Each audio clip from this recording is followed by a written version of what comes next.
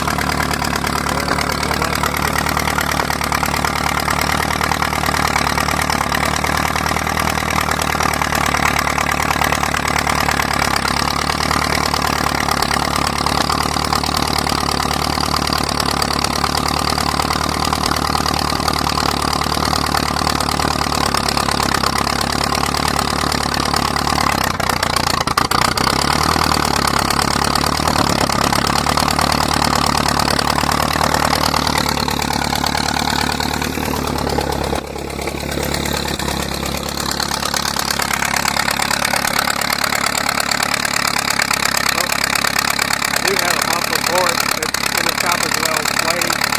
But for the time being, it's as loud as all get out. Anyway, give it a minute. As long as it's allowed.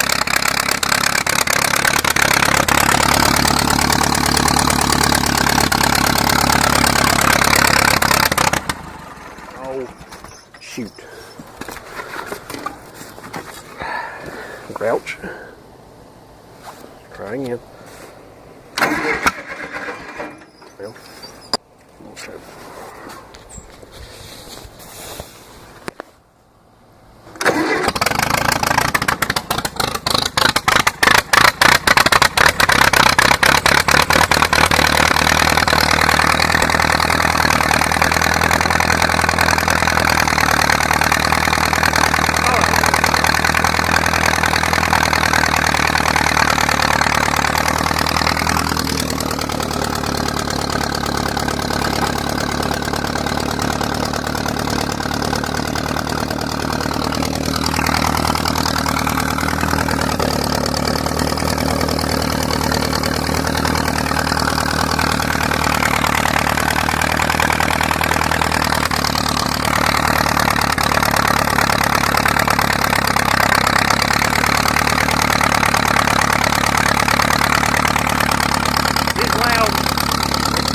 Great, runs great.